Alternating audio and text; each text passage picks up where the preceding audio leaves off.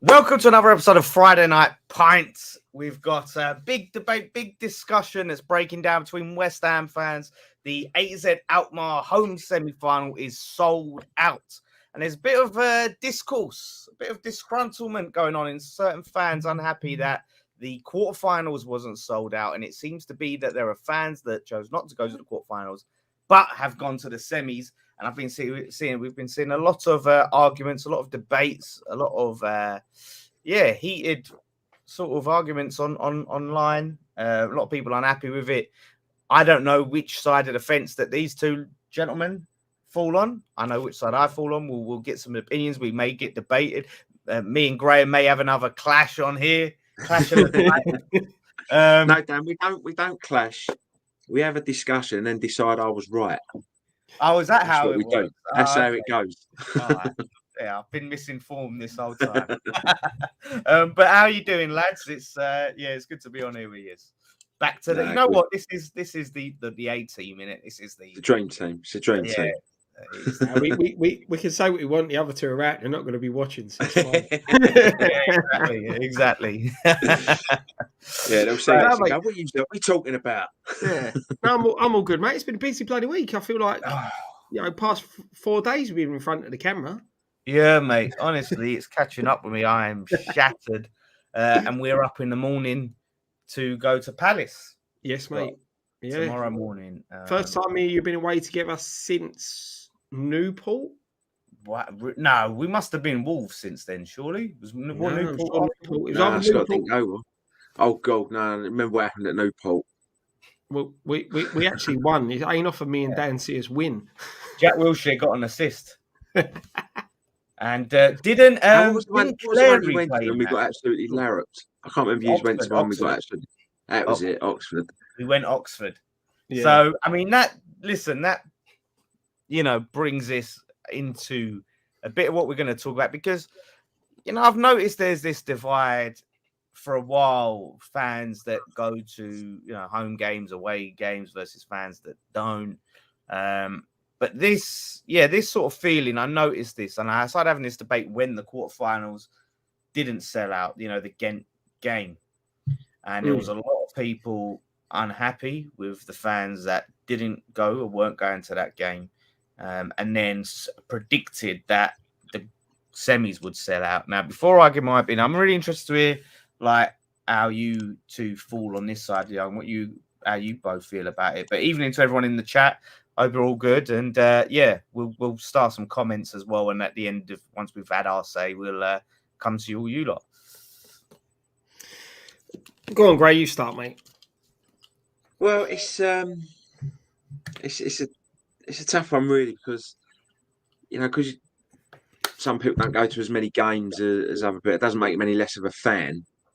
But things like this aren't unique to us. I mean, as I was saying to you earlier, Scott, you get lower league teams, FA Cup, they'll get to the third round. They've had 2,000-3,000 gates all season.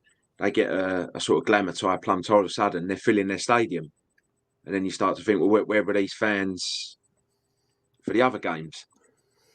So it's you don't want to say. I'm not of the opinion that it makes anyone less of a fan if you don't go to as many games. However, when I don't like it when they've not been to a game all season, and then you get to a semi-final and that's their one game of the season, and then there might be people who have been every game can't get a ticket all of a sudden, which is the frustrating thing for me. Because I had to scrabble around to get my ticket. I had to get in there early, and I just think sometimes it'll take the opportunity away from people who've been there every game. But you don't want to get into the debate of you're less of a fan because you have. I've been going this many years, or I've been every game this season. You haven't. You all support the same team. But then sometimes I think, well, we've had half-empty stadium through the group stages and blah blah. Where are all the fans then? And the ticket prices haven't gone up. So that if you could afford the semi-final, you could have afforded maybe some of the group games as well. It's Look, the thing is, I look at this one. I'm very much agreed with what you're saying, Gray. Right? If you go every game, if you go every home and away game, if you sit indoors and watch the games, if you live in another country and watch the games, you're no different to any fan. All fans are fans. I don't like this. Some people sort of the thingy. Well, I go each week, so I'm more of a fan than someone who sits at home and watches. You don't want to start getting into. Yeah, it's at the end of the day, you're all fans. Circumstances are circumstances. Some people, I see a tweet today. Some bloke was up at 3 a.m. in the morning watching the Liverpool game out in Thailand. If you're a fan, you're a fan. You're more of a fan because you what is he not a fan because he has to travel all the way from Thailand every home and away game to go to make him a proper fan? Doesn't. You're a proper fan. No. You support the club, and that's it. The thing that annoys me a lot, and you saw this again with the Liverpool game, someone highlighted it to me again. These people who are taking up tickets who are not fans of either club. Yeah, that's what frustrates. Right? If you're going if I lived in a different country and I love football, so I'll go to watch the local team, that type of thing, if I couldn't get to West Ham, right? But then that's sort of supporting. That's through my love of football, and I get people want to go and watch the Premier League and stuff like that. But it's when them people are getting tickets over fans. Fans who, like I said, circumstances. There's people out there that can't go every game. There's people out there who, it's a one-off chance when they get a ticket or stuff like that. It's that's what I'm saying. It might come down to cost. People can't afford to go every game. So that's what I'm saying. It doesn't make you less of a fan. Yeah, the one thing I think they should do is if you've been to the group games and the last 16, the quarterfinal or whatever it was, I feel that you should get a little more priority. Do you know what I mean? Because you've been what priority points are for. Yeah, I get that, Dan. But you weren't at the group games. No. Right. Me and Graham were lucky enough. We've been to every single game in the Youth League. I just feel that sometimes, like I said, with circumstances, there's some people that would move heaven and earth to get a ticket to every European game to see their club play in Europe, and they may then miss out on a semi-final ticket. Maybe that's something that the club could look to bring in. I mean, no season ticket holder will miss out. We know that much, right? If you're a season ticket holder, you're guaranteed, and that's the perks that come with being a season ticket holder, and then it's a free-for-all for everyone else. Some people have gone to every game, obviously not being a season ticket holder, and bought their match day tickets.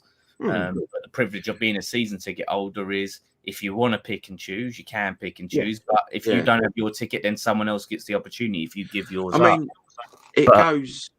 It's like with the ballot for the final tickets. There was an option: do you want a ticket even if your team don't get there? I put no, because even if we don't get there and I got a ticket, I'm taking away a ticket from a fan from one of the other clubs. Which is unfair. Yeah, and this is what I was saying about the neutral, like people who are a bit neutral. They are taking tickets away from fans. We see the other night that we played Liverpool the other night. You could see in the stadium, in the home stands, there was Liverpool fans. You could see there was fans who were turning up just because they may not support Liverpool. They may not. There's a guy doing a vlog in the Liverpool end who supports, I think, Peterborough. Taking away tickets from fans of the clubs. Yeah, I think that's a different debate, definitely. And I think that's bollocks. I think any fan that's a West Ham fan should always get priority over a fan who's not a West Ham fan.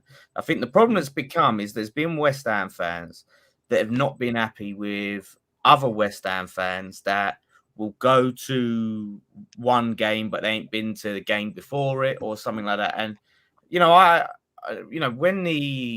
I saw the Ghent game didn't sell out, and this is where it all initially started.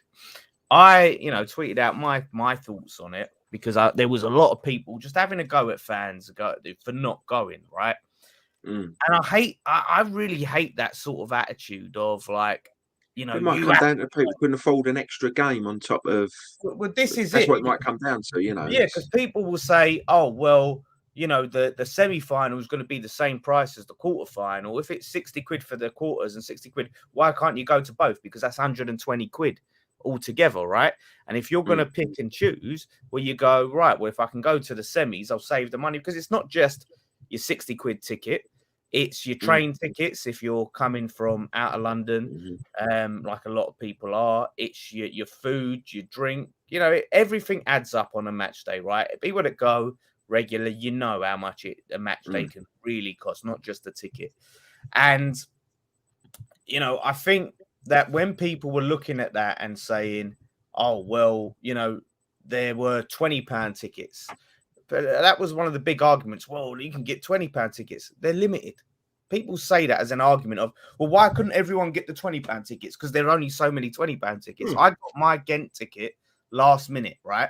And I was clicking around because initially I wanted to get near my seat. Look, I'm very last minute. That's me. And all around, it's like 65 quid, 65. I'm like, what? Like, and I'm clicking up like where Nikki sits, right? Like near at the back. And I'm going, it's like 60 quid. Like, and I'm going like right near the back. And it's like 45 quid. I'm like, fuck, I don't want to pay that much for that. I'm trying to find these. I couldn't find a 20 fan. So I ended up finding like a 30 quid ticket and, you know, just snuck down near my seat. And that might be another debate. He's not proper. I don't know. But yeah, so this notion of people saying, well, it's not excusable because they were cheap tickets. There were limited number of cheap tickets. And what I want to ask is, what is a fan, right? What do we expect from fans? Because there's this idea that fans should be martyrs, right? That we serve the football club, that whatever happens, we have to sacrifice for the club. We have to sacrifice our time and our money, right? For the club, regardless.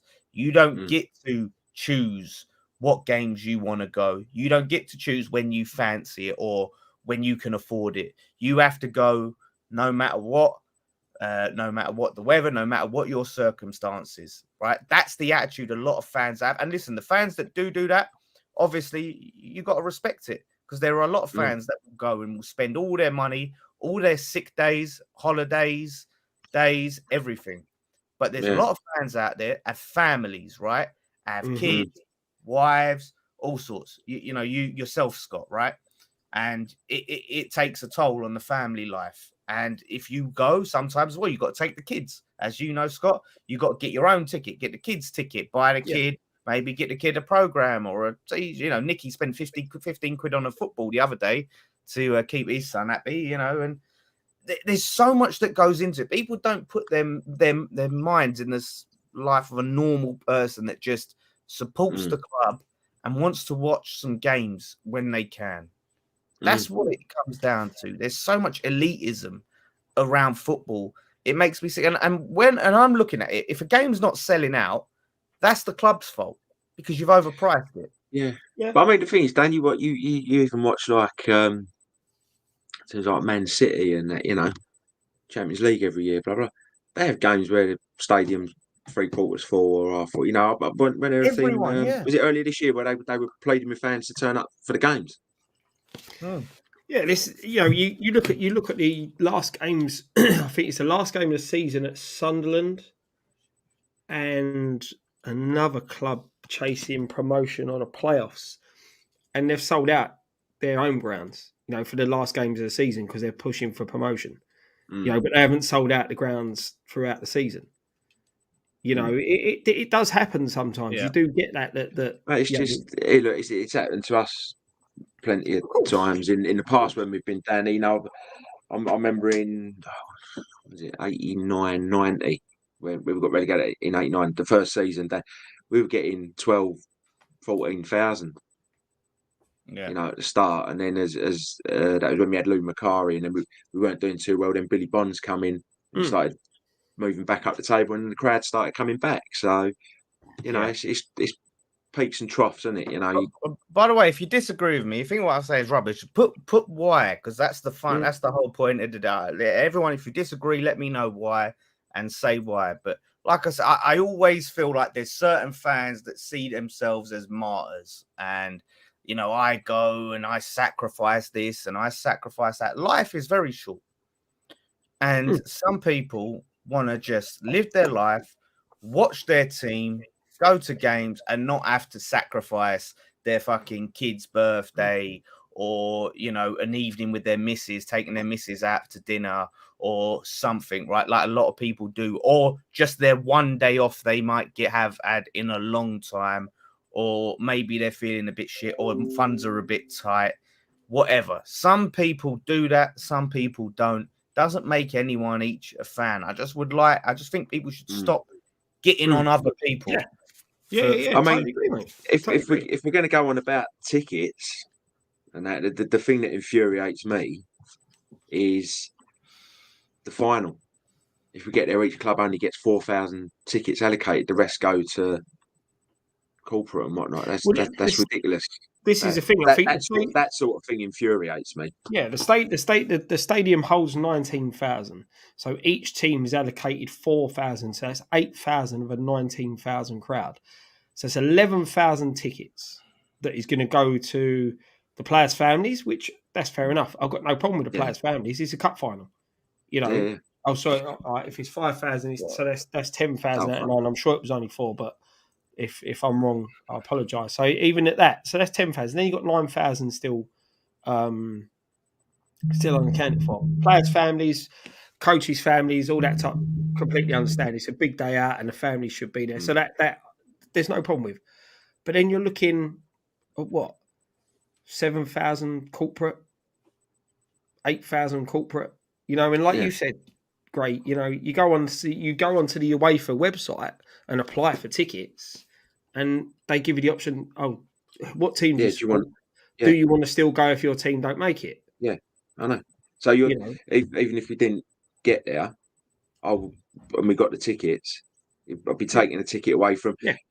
That could be another team's only chance. They're going to see their team in a European final, and you're taking the ticket away from them. It's not the fans' fault. At the end of the day, Gray, that means that the systems have not been put in place to prioritise. And this is what I'm saying. I'm not saying that the people that do go every game, no matter what, shouldn't get priority. Yeah, you should. Like we said, that's the priority point system, right?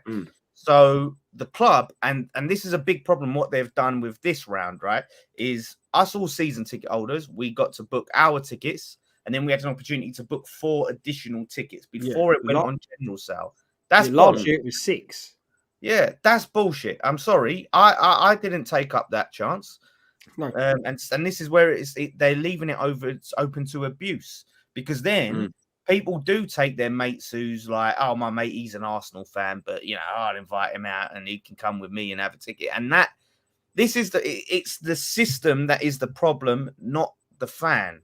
And like I said, if the game's not selling out, it's because it was overpriced. If there are fans getting ahead of tourists or fans of other clubs getting ahead of the proper fans, that's the system. That's the problem. I wouldn't say tourists, because the tourists.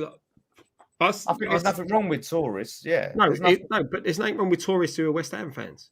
No, I don't. But I don't think you're a tourist if you're a West Ham fan. I think a tourist is someone like, if I go to Barcelona for an holiday, I might take in a Barcelona game. Yeah. And because I want to see it. Nicky's a tourist. He's going to the PSG game, right? Yeah. He's a tourist. And there's nothing wrong with those people in football. But they shouldn't have priority. They shouldn't be able to get a ticket if there's West Ham fans who can't get tickets, right? And that's the problem. But that comes back to systems. I think that for us, we should stop having a go at other fans who maybe don't go to this game but want to go to that game, or we don't know anyone's circumstances. Like Mandy said earlier, there's a cost of living crisis going on at the moment, and and someone else pointed out, that we're supposed to be a working class club, and having to pop at people for not going to every game and this, that, and the other isn't West Ham to me. That's not what we're about. They're putting the season ticket prices up astronomically. Regular people are getting priced out of football. So, but that's the way it's been going. That's the way it's been going for years, though, Dan. I'll be honest, mate. I think we take some comments and we can talk about the season tickets as well, because like I'm with you. I think it's a bit of a joke what they put. Yeah, we'll definitely get into that. Yeah, Amadeus man's a good point. I'm just trying to see if there is anyone that I've started a few. I'm getting a few. I'm trying to see if anyone that vehemently disagrees with me, because I think that's, it's always. He just might have thought you was rubbish then. That's all. Maybe, yeah. I know he never came back with why it was rubbish, but yeah, and so this is my thing. I just think it's like you say, with the cost of everything these days, especially train travel goes up every year. Petrol price goes up every other month, and it's just getting extortionately expensive now. Like you say, especially if you've got, like you say, you've got 2 kids, they want to go. Well, that when you look at that, what you're saying there, Greg, right? This is some of the comments I started earlier on. I can't afford to watch West Ham since the early 2000s. Not even been to the London Stadium just to watch one game would cost me near on £150 with ticket and travel, and my budget can't afford it. And then you've got another one here.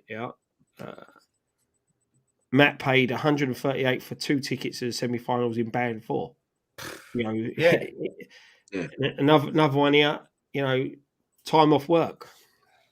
Yeah. That's a factor for some of the fans. And that's what we were saying. It's all circumstances. Sometimes your circumstances don't stretch. Unfortunately, real life gets in the way. Yeah, I'd love to go home and away week in, week out. I can't afford that. I can't take the time away from my family to do that. I can't take the time off work to do that. But, if I could, then I would. But I can't. Yeah. But this is the thing. If I had the money to go every game home and away, then I would. Yeah. But you're going to Palace tomorrow, right? And some people have the he didn't go to fucking Walsall away in the pre-season fucking earlier on, and now he's going to Palace. And this is the attitude where people don't put themselves into other people's shoes and think of what just regular. Like some people, it's like, they treat it like a job. Supporting the club and watching the club, it's your job, and if you have a day off, then you're not a proper fan, and you need a good reason. And sometimes it's not. I've worked every weekend for the past 7 or 8 years. There's times I've turned up at West Ham when I'm meant to be at work. There's no one from my work watching this. Don't worry about that. But do you know what I mean? I'm lucky that I can do that. There's people out there that can't. Yeah. What was the game this year, Scott? Wasn't it when we Palace? Wasn't it when me and you was working down in blooming Sussex at 4:30 in the morning, and we had to dash back for the game? Yeah, you only just made it. But it's the thing for me is that when I can't go to a home game. If I can't find anyone within my friends and family circle, I don't sell my ticket back to the club because I don't know who the club are going to sell that ticket to. And if it's a big game, I'm more worried that they're going to sell it to an opposing fan. Well, the thing is that shouldn't be an issue because that shouldn't happen because there's usually things in place and members. Or previous, you've got previous points or whatever, previous purchases. So to me, I look at it and I think if I sometimes it's just hassle selling it back to the club.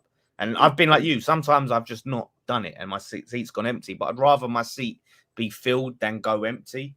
And think about it, because even if Scott, right, there's a 50-50 chance, right, it might get sold to a different fan or it might go to a West Ham fan. There's still a chance you're giving another West Ham fan a chance to go see the game, right? Yeah. And that's how I look at it. But sometimes it's just the hassle of doing it. Like I said, I've left my seat empty sometimes. But that's why I'd rather give it to a friend or family member because I know they're a West Ham fan. Oh yeah, if that's what I'm saying, like that's the first option every time. Jace has had my ticket before. Yeah, I'd rather give it to someone like Jace and let him go to the game because I know he supports West Ham. I don't trust the club to keep an eye on who's having my seat. And the thing is, I get on with everyone who sits around me. There's people there who I never knew. When I come and sat down with you, Dan, for the first time, I knew you, your cousin, and Nick. Yeah, my mum. And now I know nearly everybody around me through going to West Ham. Yeah. You But know, this is what I'm saying, Scott. When you gave your ticket to Jace or whoever, you don't go, oh, well, fuck him because he didn't go to XYZ game, so he has no right to go to this game. You're not getting the ticket. You just go, you're a West Ham fan. Here's a chance for you to go enjoy it. And I know so many people that don't get to go to games, and it's really nice when you give them the ticket and they get the chance to go, and it's just nice. It's like a treat. Some people, it's a treat. It's not, a luxury you can have every time, and I think that's the beauty of it. Some people, and it's the same as you, Dan. We're lucky we go as much as we do. We're fortunate. Yeah, and you've given me your mum's ticket before, and I took Cody. You know, I got my boy to go. He loves going West Ham. He loves spending time with me, going to football, and you gave him that opportunity by letting me have your mum's ticket. You know, Paulie, mate, Paulie, fucking hell. What's that? Honestly. Do take a few more comments? He's not far wrong. Let's take some comments because we've got fucking loads started. You've heard us bang on for long enough. Let's see what some of you lot think. Ram Krishna Yadav says, "Hi guys, last season I couldn't get semi-final tickets because non-West Ham fans wanted to go, and I was so angry that these tickets didn't go to loyal fans like me. This is so wrong and unfair. Yes, the system is bollocks, mate. We're supposed to have loyalty systems in place. There's someone mentioned the big problem as well is they sell it to these tout companies, like these travel agency packets like StubHubs and things like that. And they'll sell them to people at an exorbitant rate, like, 300 quid for a ticket and stuff like that. And that's how anyone can get tickets. So, like, if you're an American Liverpool fan and you're coming over for the game and you go, yeah, okay, I'll buy that package. That's in the Bobby Moore lower. Yeah, 300 quid, $500, and I've got that. Boom. And to them, it's like a once in a, fucking blue moon thing. They'll do it. And that's the club's fault. It all comes back to the club. Everything people are angry about, it's not down to other West Ham fans. It's down to the football club, right? And the processes and systems they have in place. Chris Mills says it was bad that they let season ticket holders get extras at the same time as members, but it did go to general sale today. So if you were desperate, you'd have got one. Yeah, I haven't had to buy too many general sale tickets, but so I don't know what the process was like today. But I know it's hell sometimes. Get websites crashing, phone lines. And all that shit. It's the worst. I try and avoid that. But we shouldn't have got the extra 4 tickets, in my opinion. I think an extra 1 is fine. Yeah, maybe an extra 1. Yeah, exactly. And then restricts that window to when you can get it, basically. So if you've got someone, maybe there's blokes there and their dad is, used to be a season ticket holder, he don't go anymore, and he wants to bring his dad with him and get, stuff like that. It gives you the opportunity. It gives you the opportunity, like with me, like that I could take my boy. Yeah, exactly. If you had someone in your family who used to go and they can't go, but like this one game they can make it, then that's fine. But I think 4 is just a bit much. 6 was ridiculous last season. 4 was a bit much. My dad was season ticket holder for years. It used to be like for cup games. You used to certain games you got a coupon. Yeah, but you always got one. That went towards your FA Cup tickets. Yeah, but you always used to get one FA Cup and one League Cup game in your season. Yeah, and then you used to get. I think it was it the third round? I think you used to get the voucher for. Yeah, I think it was the first round. It might have been the first round of both. I can't remember. But yeah, you used to have to collect like the vouchers. But it was only certain games you got the voucher. It wasn't like you got a voucher every week. You had to attend the certain games to get the voucher for the next cup game and all that. So. Some sort of modern equivalent is things like that where it can safeguard people, But Brendan Feenan says, "Do feel bad getting ticket, but it's something I can afford this time. Don't feel bad. You know, like you couldn't go before for whatever reason. Now you can go enjoy Oh, we it. were saying earlier, it's all down to cost, and I think he said from earlier he comes over from Northern Ireland, so Yeah. that's going to be a lot of money every week if he was travelling over every week. Yeah, exactly. You know, you're You paying go for to, like we said, you flights, go to what you can afford. accommodation. Yeah, he's paying for flights, accommodation. You've got a great opportunity. Enjoy it, mate. Don't feel bad. Mr. C, good old Mr. C says they should always make sure that tickets are sold to people on club's database before any free for all. Absolutely. Yeah, because you'll have people that don't have memberships that have just bought tickets before from the club, you know, and bought X amount of tickets, even if it's a flipping preseason game or the Betway Cup. You know, prioritize those people over just people that have got no purchase history. Met Rainey says, got my tickets for the semis this year. Last year from quarterfinals, the club mugged us off. I'm no longer a season ticket holder due to the move. But for me, I tried to go to most home games, been to all Europa this year. A few people gave it up when we did move because they don't fancy the stadium. That's part of it as well. There's a lot of people that just don't enjoy the stadium. Do you know what I mean? Like for the most part, and it can feel a bit of a chore to people. Chris says, think you're right there. Again, this is when we start comments that are relating to comments that we've said. We've got to try and remember what Scott said. Right there, Scott. He was right once, Scott, apparently tonight. Thinking about this, Scott. One priority point for home matches, 2 for every away game. Far better, yeah. Definitely. And yeah, I think things like that, I think, you know, can really add up. And maybe you even, I mean, really complicate it. You can do stuff where maybe do it by distance, you know, if you go to Grimsby or something versus going to Palace or something, you know, there's Burnley on a Wednesday night. Yeah, night games. Yeah, night games. You should get like an extra point or something. They take their toll for sure. Brian Dinan says it's still better than the days when anyone could pay to get into any game if they turned up early enough. Yeah, I think it's better than David when you pay and turnstile. I think that they might have the odd game that was all ticket. Yeah, and yeah. Yeah, so I mean, it's better than just free for all. And the thing is, I used to pay £9 on the gate. Yeah, you used to go every game, £9 on the gate. Okay, you'd be lucky to fucking get that these days, Greg. But yeah, I think the thing is as well, you know, with the quarterfinals, but people made such a big fuss about the quarterfinals. We was there weren't that many empty seats. It was mostly actually like the ones up in the gods. Because I think a lot of people looked at it, and that's what was me. I looked at it and I was like, fucking 45 quid, 40 quid for right at the back. Piss off. I think it was because a lot of the seats that were probably left empty were the seats on the higher band. So people bought the seats in the lower band and then just sort of worked their way forward. Yeah. There was probably there was a few like that. Yeah. Like because it did seem to get a little bit crowded around where we were, wasn't it?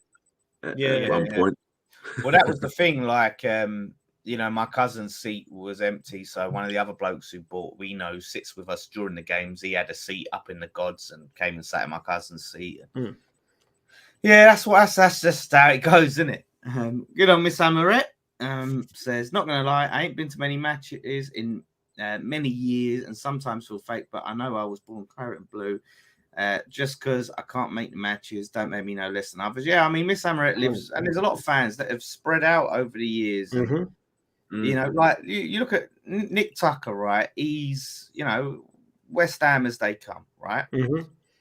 There's games, if it's a Sunday game, it's going to be a struggle for him. If it's a midweek night game, you know, but he's got his season ticket, and he always makes sure if he's not there, another West Ham fan gets the opportunity and gets his seat. But just because he don't come to every home game, don't mean he's not as much of a fan as the rest of us. He goes away games that he goes to as many games as he physically is able to go.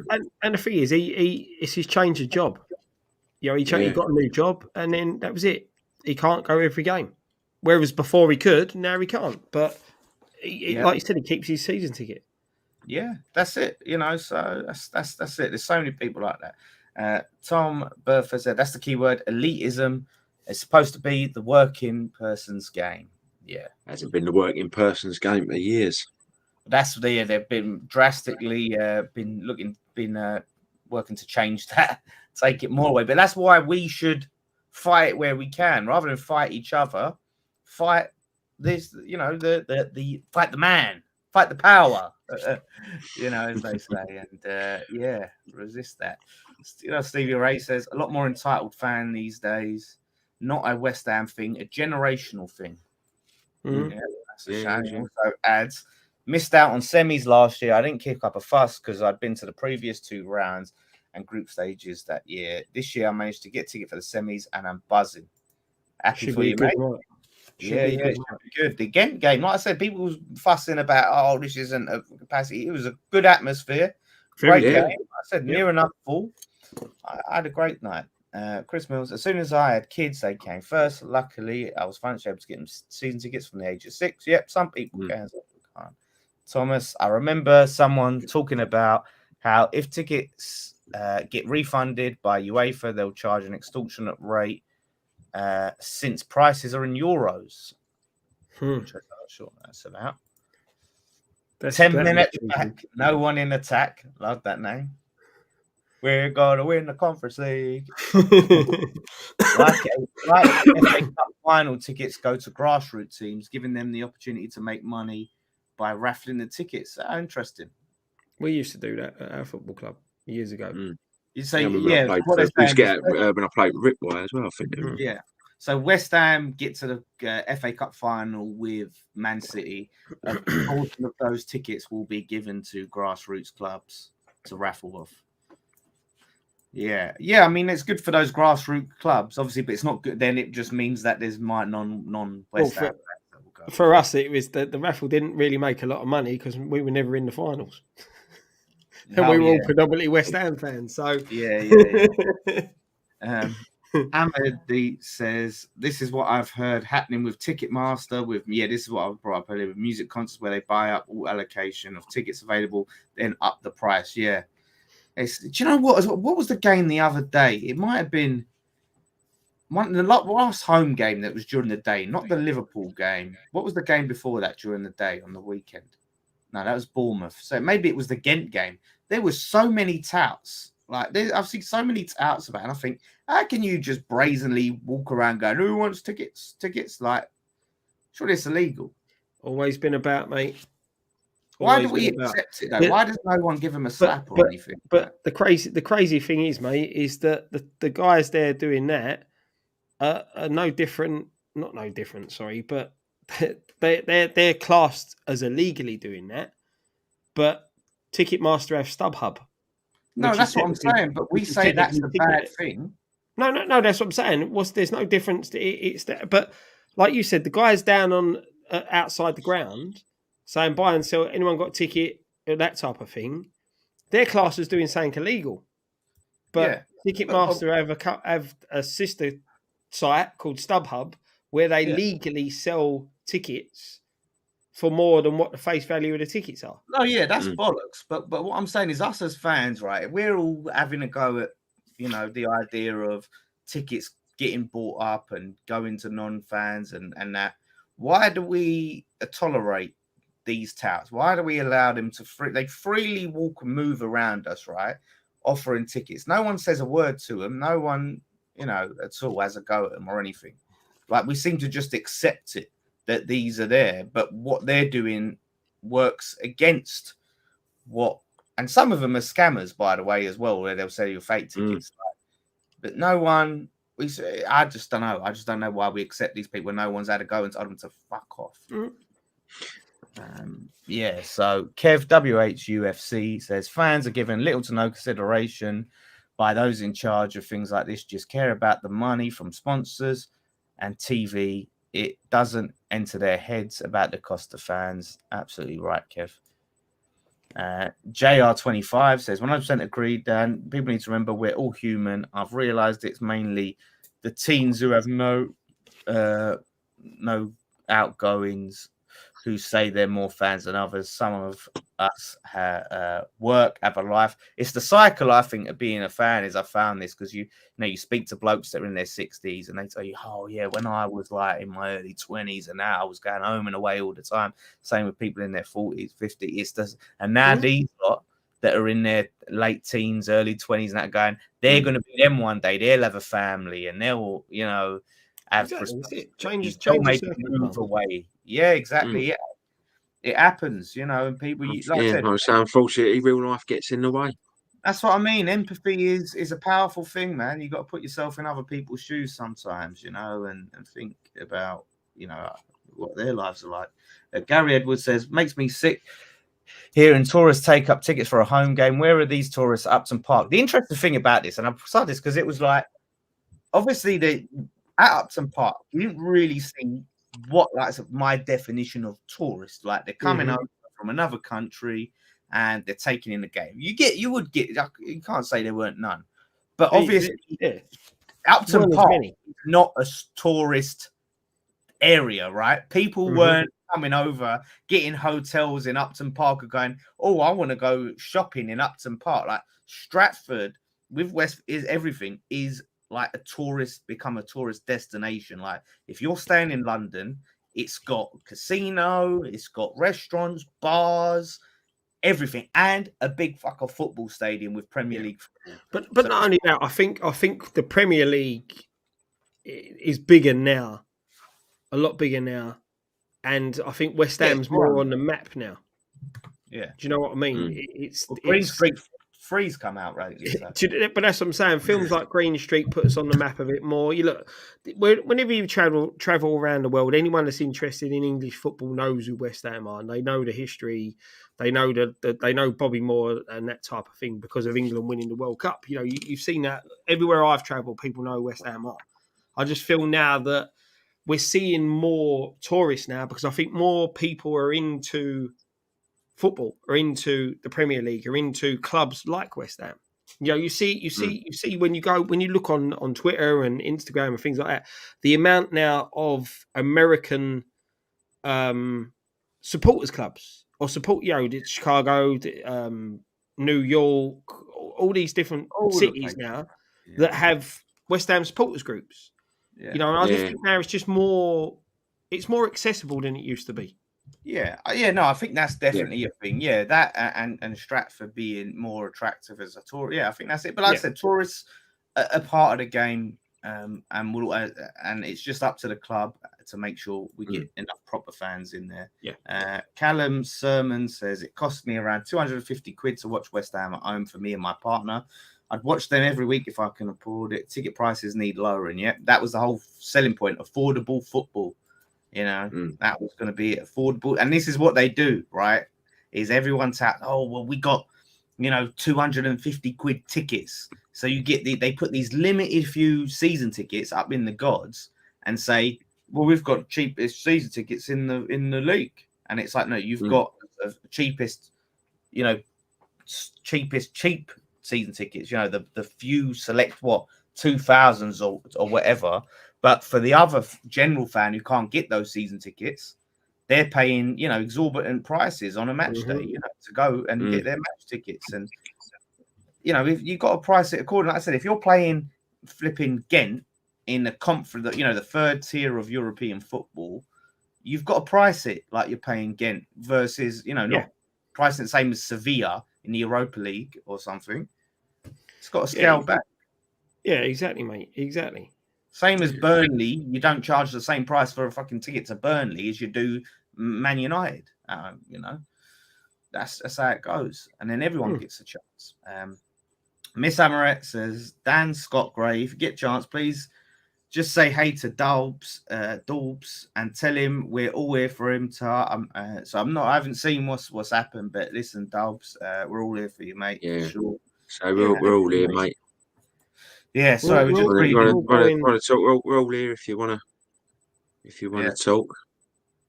Shout out to Dalbs. Like I said, we've just been going through the starred comments, so I haven't seen anything in the chat. Like when we're in the starred section, we don't see the other section. Yeah, he's a Leicester fan. He watches us. He's been following us for a long time. You know, mate, look, we're all here. If you need to chat to anyone, it's a tough time, you know, for you guys down there at the bottom. Yeah. Look, and we've been there. Yeah. I think they'll get out of it, though. You know, so exactly. But yeah, like I say, you know, we're here for anything, you know, not just football related. You just want to chat and whatnot. We're always here.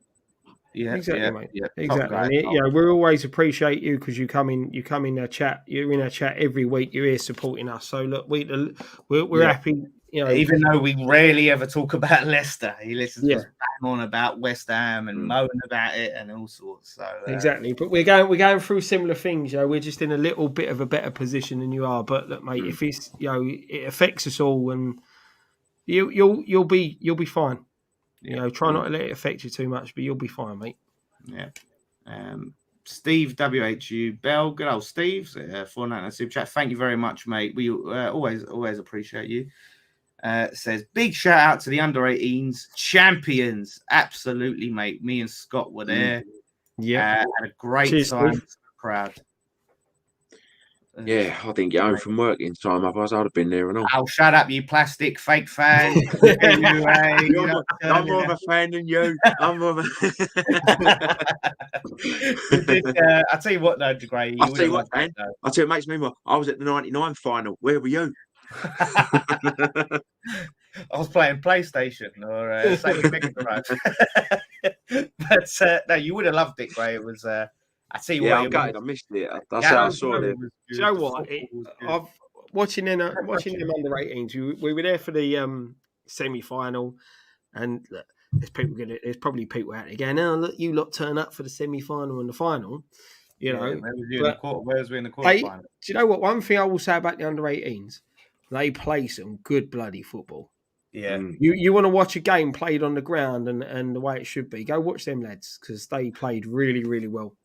It was refreshing. I tell you that it was refreshing to watch. So we've watched some crap this. That third goal, the lob. Oh, yeah, it was a thing of beauty. That was a good player. I think he's going to be good. Captain seems like he's got a good head on his shoulders as well. So definitely excited to see the playoff game, the North-South Championship game against Man City. I'll be definitely hoping to go to that. Because we played Man City, didn't we? We won the league. Yeah, two legs. Would that be at the London Stadium? Would that be at the London Stadium? Or? Don't know. Yeah, it might be at Man City. What a fucking joke that was. Home game in a final for Arsenal, and we still slapped them. The fact that we only had 7,000 allocation, and it was 31,000 tickets sold. Yeah. And it's meant to be a neutral ground, you know. Yeah, what a piss take. We would have fucking sold that place out, no troubles. I saw loads of people that couldn't get tickets, right? And I was just like, my uncle said, I couldn't get a ticket. I said, why don't you fucking tell me? I could have, because obviously Nicky's was going available, wasn't it? Yeah, Damo had some tickets, but he couldn't go. So there were tickets available if you know the right people. Matt Rainey, $4.99 super chat. Thank you very much, Matt, as always, my friend. In your opinion, lads, what would make your match day experience better at the London Stadium? This is a really good question. Because obviously there's some people that one of the things that really what was it, Scott, when we got there the other night, wasn't it? The Liverpool game, and just the queue, like the security queue. Yeah. Do you know what I was about to say? Like. To get out, but I don't want to tell everyone my secret. The thing is with that, it's like because of the bridges, it just bottlenecks, and you know, the thing that makes me laugh is they're very stringent on the checks. An hour before kickoff, 45 minutes before kickoff, half hour. Yet 5 minutes before kickoff, it's like that. It's like that. Yeah, it's like that gif of that bloke who you've seen that the one that goes around and security so he got sacked at the end. Yeah, but do you know what I mean? It's pointless. And look, they'll wave that wand, right? They'll be waving it over you. They'll be going. All right, go through. Yeah, It's exactly. like, Yeah, oh, yeah. I can have all knives and guns on me. It's going like crazy. They're like, yeah, no worries, mate. It's like, what's the fucking point?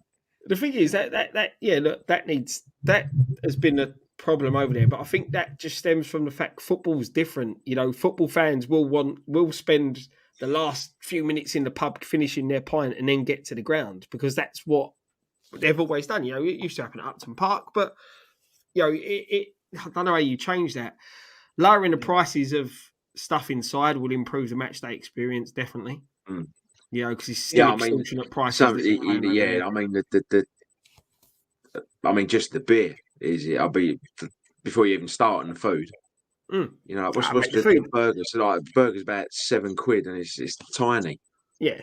Yeah, look, It's- you get more meat in a burger in McDonald's than you're doing them burgers that you pay a tenner for. It's a joke, but Burgers, again, the beers are shit as well because they like. Do you know what? When I was the other day, like I came late, right? When I was like 20 minutes late, right, to the Liverpool game. No, not you, Dan. I ain't having that. Nah, I know. It's unlike Dan's never me. late. Dan's never late. He makes every kick-off. This special occasion, I was late, right? So 20 minutes into the game, this guy, I'm walking past, has already poured about 10 pints, right? Keep in mind, half time's not for another 25 minutes. So those beers are just sitting there, poured, getting flat, getting warm. Like, do it. I understand. I remember when Brady, had this whole thing, we're going to do pre-poured beers, so there's cut down on queues. Do it like, a few minutes, 5 minutes max before half time. Yeah, you get the early lot who want to fucking leave, maybe 10 minutes before and get in. But they can wait for a beer to be poured. But when you get the big rush, then I just can't believe it. But yeah, I want more. Do you know what I don't get, Dan? Right now, I've been cricket a few times, yeah. And when they do the 2020 games, it's quite busy. Basically, you go there, watch the cricket, you get pissed and watch cricket. But they have their cups, right? And they have a row of 4 or 5, and they whack them down, and it fills from underneath. Yeah, I've seen 5 in a go. That's all you need. That thing there, boom, 4 pints. There you go, bang, 4 pints, boom, 4 pints. I mean, my uncle's, he goes rugby a lot. Goes Harlequins, and he go. I mean, I know rugby fans are different to football fans, but like there he goes. You can take. It's limited. It's limited to 4 pints, but you can take. No, they don't sit there fighting each other, Scott. Yeah, they do, mate. Yeah, they do. So this is a big myth, mate. It's a big. Well, they're allowed to take. Well, the point of my story is they're allowed to take the beer to their seats. You can have 4 per person to your seat. I'll be honest. That wouldn't improve my match day experience. People having a beer in their seat, because you know what? We score, you're getting covered in beer. They throw it everywhere. Exactly. Oh my god! I remember at Upton Park one day, I had a full can dropped on my head from the Trevor Brooking upper when we scored. Nearly enough, a full can, bang! Like, exactly, and that's the thing. That's one thing I do like, the fact that the people are going to have a pop at me for saying this, but I like that because I know I'm going to get covered in beer. That's what I always hated. Like, I never understood that. It used to happen in, it used to happen in the bowling. Used to happen in the concourses. Just queue up, pay all that money for a beer, and then just throw it over everyone. Yeah, like that's something. I never get it. Drink it. Yeah. But the things for me that overall will improve the match, there needs to be on that walk down to the stadium. And I know it's hard to control this because of land or whatever, but more stuff, like, do you know what I mean? That's more proper fan stuff. You used to have like the sweet stall at Upton Park.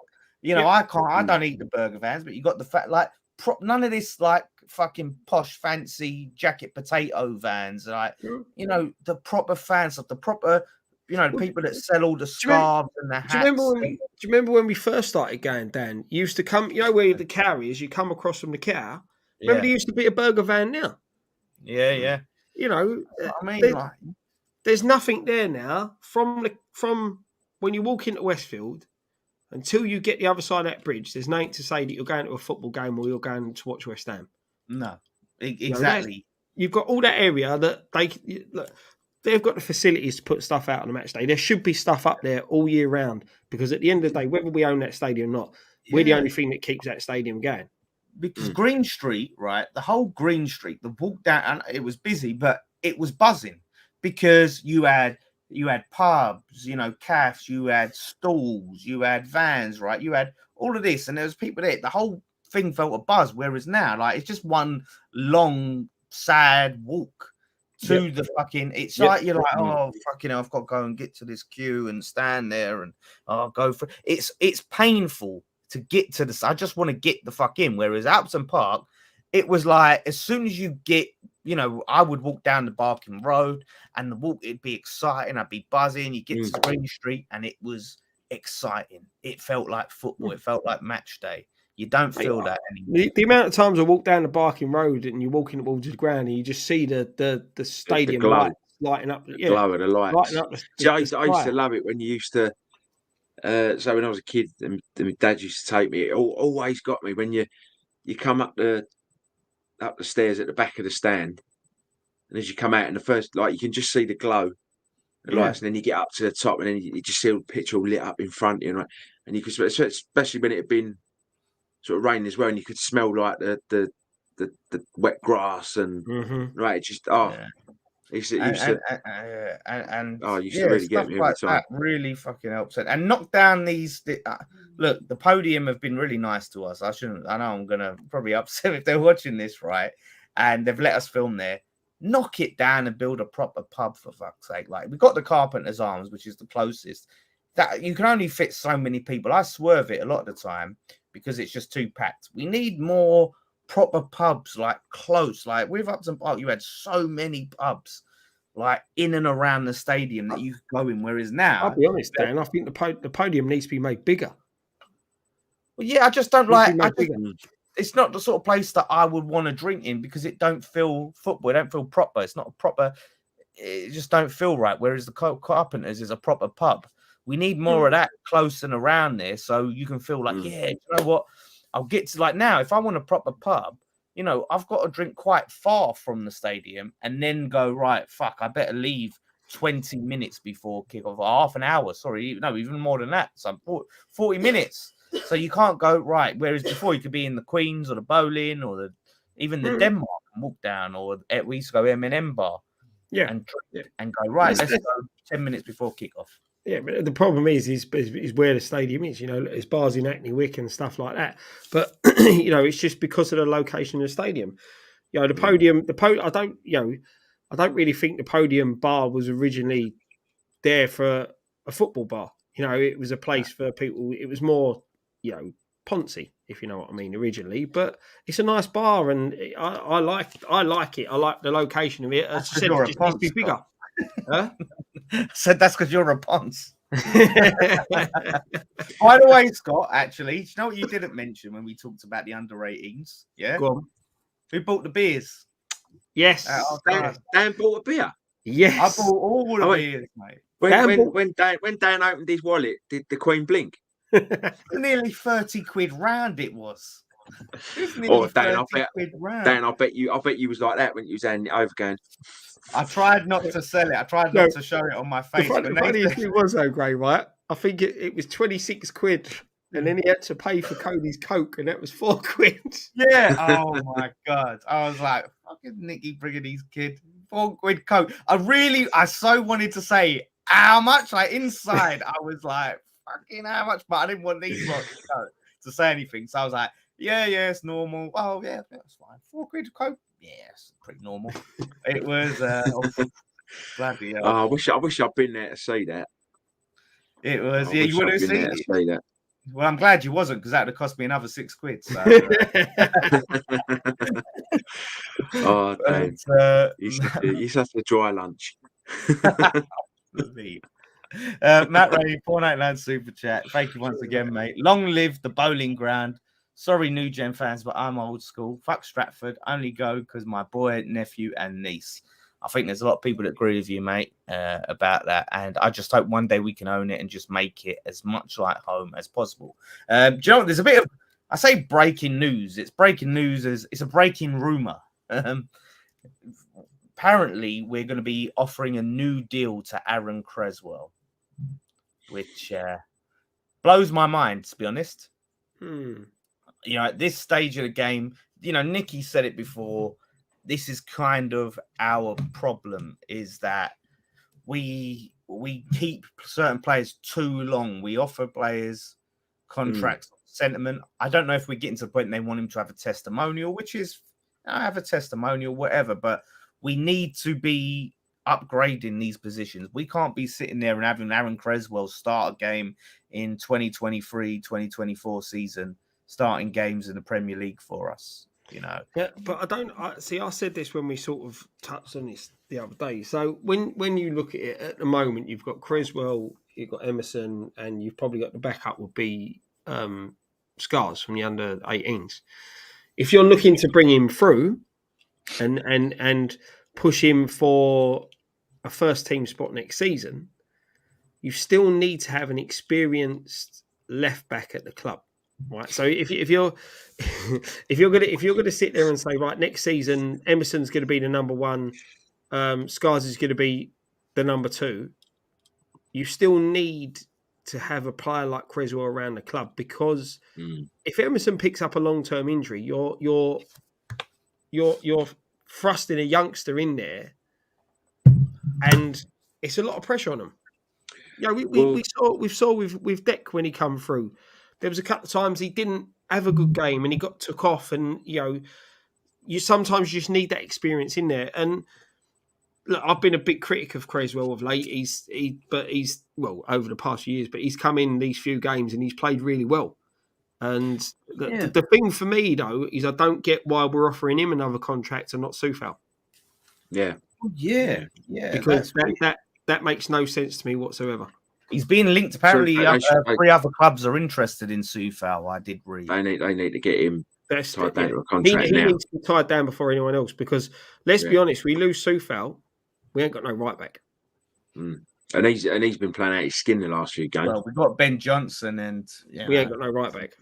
I mean, look, so regards to Creswell, Matt Rainey made a good point. He said if we do give it to Cres, treat him like Nobes, just fill in the gaps when needed. That's it. But also going back to what you said, Scott, we bring the youngsters through. He can be there. He can sort of be there as a mentor, like sort of help them with transition into the first team football. Mm-hmm. Yeah. It's a weird. This is the thing. It'd be very interesting because there's quite a few players that are out of contracts this summer. Soufal needs a new deal. If we let him go on a free, we're mad, because he's still got another good couple of seasons in him. We're complete idiots if we do that. But yeah, Creswell, look, if it's a 1-year extension and we're looking at him to be a squad player, look, Emerson, I've been really impressed with him. I think he's improved this season. So like you said, if we're keeping Emerson and we're bringing Skulls through, someone was telling me, I was speaking to someone who said they think that Emerson will potentially go and they'll bring another left back in. That was on the train on the way home the other night, mate. Oh, yeah. That was, we spoke to someone. Yeah. And they said that they think that that's the case, which was I was very bemused by that, the idea of getting rid of Emerson, because I think he was decent. I'm not against bringing another left back. So, yeah. It's all up in the air. But if we're just offering contracts on sentiment, you kind of have to be. And it is bad because, look, these players, they're with you for so many years. You grow attached to them. But you kind of, if you want to progress in this game, you kind of have to be a bit ruthless. Of course you do. Look, at the end of the day, if he had played the last 3 or 4 games and been absolutely shocking, then he shouldn't be offered a contract. The fact that he's come in and he's actually played well, for me, as I said, I think it's good to have that option now. Just to cover, like you said, you someone put in a comment. I've lost where it was, but someone put there. You look at our back line. It's aging. Creswell over 30. Obona over 30. Soufal over 30. Over 30. We've got a lot of older players, and all right, when you look at Aguerd and Zuma are the 2 first choice centre backs. Kera, he's so hit and miss. You look at the Kera that played against Arsenal, you're thinking we've got a player there, but we've seen other games where he's performed and think, Jesus, he's useless. I want to see Kera next. Listen, and I don't want to write him off, and I know some people have, some people haven't, but I want to, I try and give players that first season benefit of the doubt, especially the ones that are coming from a new league for sure, right, in another country. So for a lot of these players, I definitely want to see, right, pre-season, if you're in the plans, here's preseason, here's the game, here's how we want to play, here's your role, here's what we want from you and expect from you, and decide, is he a fucking right back or is he a centre back? Because he hasn't been able to have a consistent, and it's great to have a player that's versatile and can fill a job in. But if we really want to judge the guy, like, we need to decide primarily, what is he? A centre back or a right back? I know he plays right back for Germany, so are we saying he's a right back? I think that hindered him. Yeah, exactly. You know, you've seen that before. There's a lot of players who have been moved about position wise who it doesn't benefit them. You know, they don't have a settled position, and it affects their game sometime. And he's probably one of those. But look, like you said, some players need a year to get used to the Premier League. You know, you look at Paqueta. You know, he's improved so much over the last few weeks that you can tell he's adapted. And I think Ryan mentioned it the other night that in with the tactics that Moyes is the system that Moyes is playing, he's gone back to the trusted ones, you know, the trusted players, but he's also then gone and put Aguerd in there because Aguerd seems to have adapted. Look, he made the mistakes against Newcastle. There's a couple of ones early in the season that he made, but he's adapted to the Premier League. Paqueta now has adapted to the Premier League, and the players have adapted to him. Yeah, Paqueta now seems to have got used to the physical side of it, and he gets stuck in now. Yeah. He's realised if you want to play, you know, like get the ball down, play, and all the nice intricate stuff, you got to earn the right.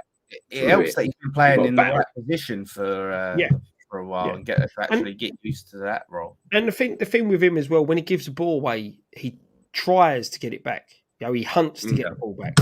And that's what I want. And for a player who you look at him and think, well, he's a bit of a playmaker, he's going to pull the strings in the midfield. You know, it's that. And it's. I look at it this way. I look at that. You've got to get the balance right next season. Now going into next season, sign players with a bit more Premier League experience that are going to suit the better players in the side. You know, the likes of Paqueta. Look, if Dec's still there, the likes of Declan Rice. You know, you want players in there that's going to complement them players. Yeah. I think, the thing is, to me, the managerial situation is still up in the air. So when we talks about new contracts, who's staying, who's going, surely the first thing we've got to decide is Moyes staying? If not, who's coming in? So when I see these rumours about us being linked with players, us being talking about giving new deals, I'm taking it with a grain of salt, because if we're making those decisions without even our Premier League status isn't even confirmed. Yep. So it's a weird one. I think that these sort of decisions have to be there's a lot we have to wait and see for that. This is just a little quick question, actually. I just see. How do you boys feel about Millwall possibly coming up through the playoffs? I'll shock you. Look, I hope they do, just because I think rivalry is great in football. Obviously, we've seen it go too far with Millwall, way too far.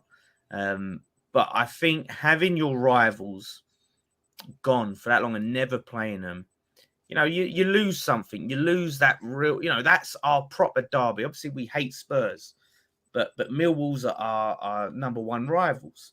And look, it's the same way if you had, you know, Arsenal and Tottenham, right? If Tottenham got relegated, Arsenal fans would love it. But if they didn't have that North London derby season after season after season, they'd miss it. You miss it. But I mean, look at when Rangers dropped out of the Scottish Premier League and had to work their way back up. You know, I think a lot of Celtic fans probably miss that derby. Even though at first they was probably loving it that Rangers had gone down. Yeah. Deep down, they missed the derby games. Season. I'll be honest, mate. If Millwall come up, Millwall come up. It don't bother me one bit. They're just another team. The police will be too happy about it. The police, that you will be. If Millwall come up, that game at the London Stadium will be behind closed doors or kick off at like 10 o'clock in the morning on a Sunday morning or a Wednesday morning. Everyone's at work.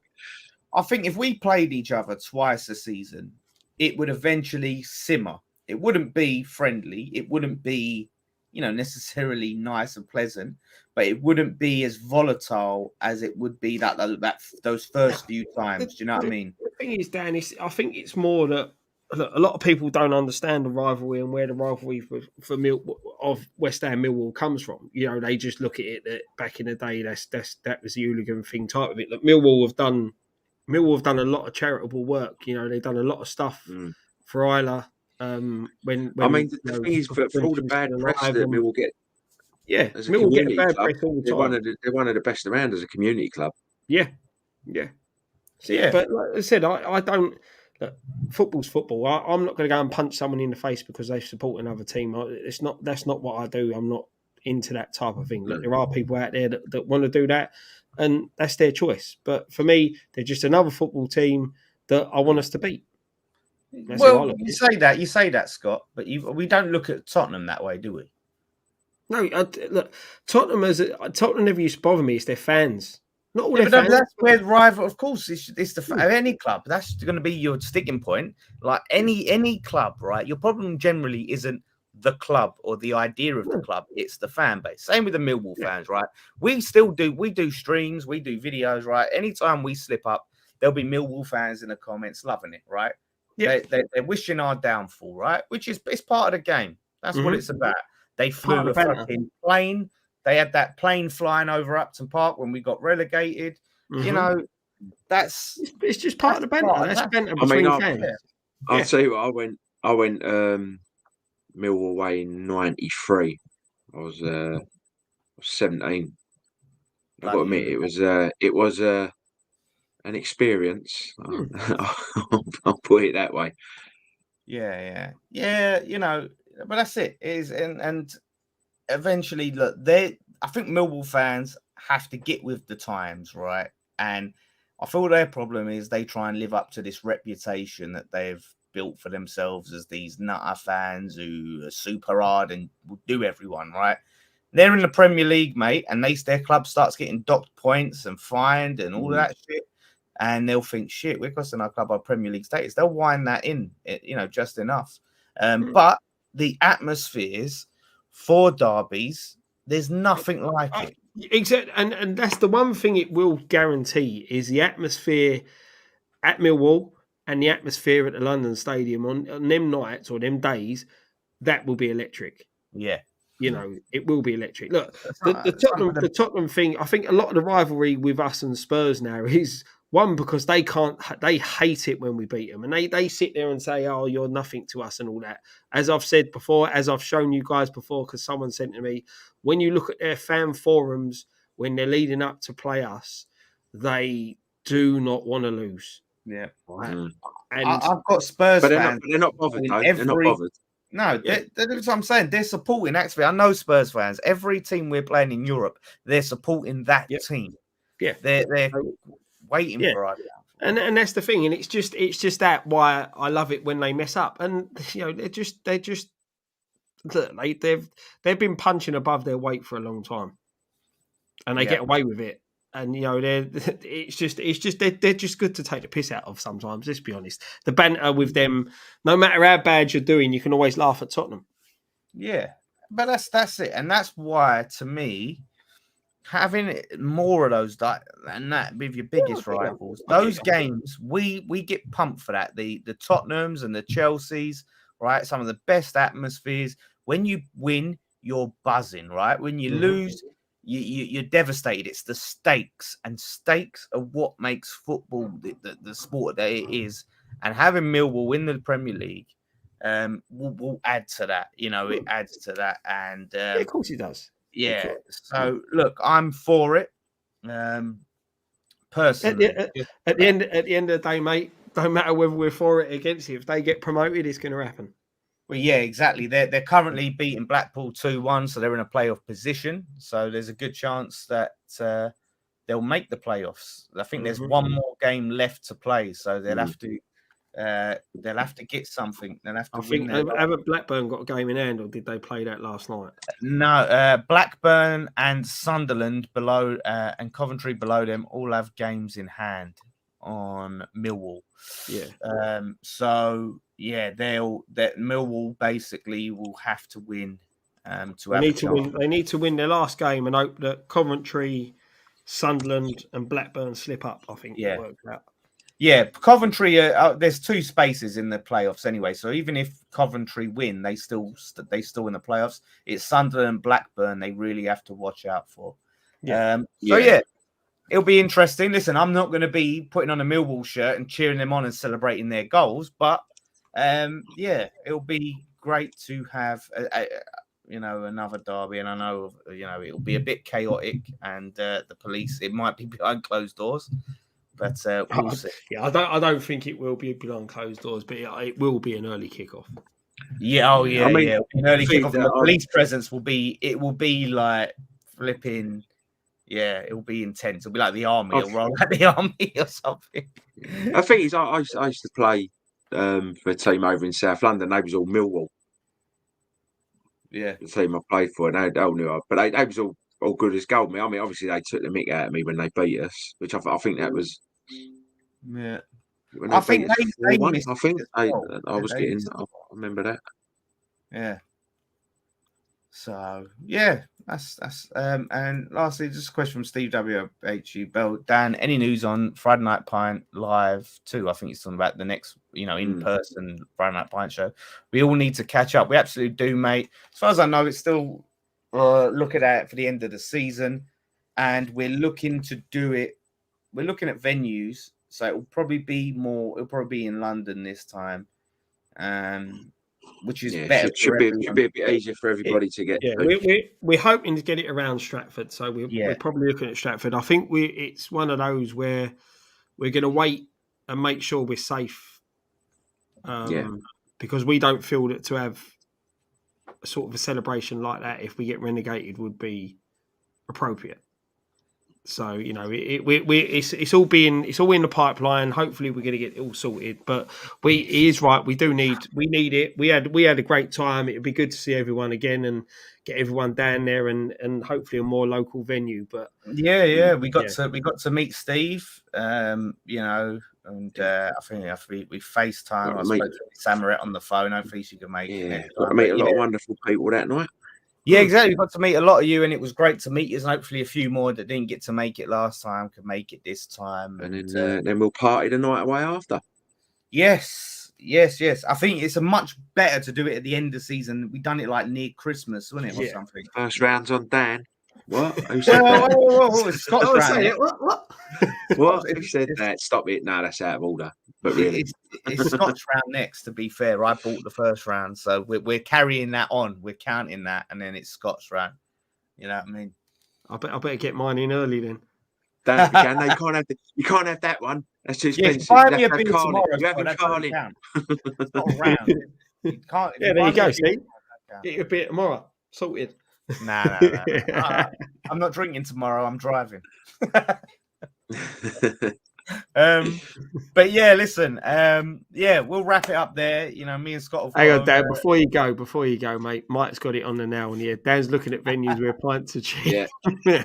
Well, he needs to give us a discount. Let's get some of the working. Dan's looking for the local Weatherspoons. Let's do Weatherspoons or a working man's club or something. I tell you what. We'll do it at the bloody Roundhouse. Yeah, the Roundhouse is literally up the road from me. Just so you ain't got to get a cab home. Yeah. Mate. No, but look, it's a fucking great venue. And then we're crashing at Dan's after. Yeah, come around, bunk up. But it's a great venue, good priced alcohol. Roundhouse Dagenham. Let's have it. Put it worth having a chat. Leave that with us. Leave it with Dan. Leave it with Dan. Yes, I'll be chatting about that. But so like I said, me and Scott will be at Crystal Palace tomorrow. We'll be getting some fan cams. If you're at Crystal Palace, come and see us after the game. We'll be just outside the exit to the Palace game doing fan cams. There will be a watch along. Jace and Damo will be on the watch along. So do check that out. Mm-hmm. And hopefully we smash them and get one step closer to safety. So thanks. Listen, everyone in the chat, all your comments.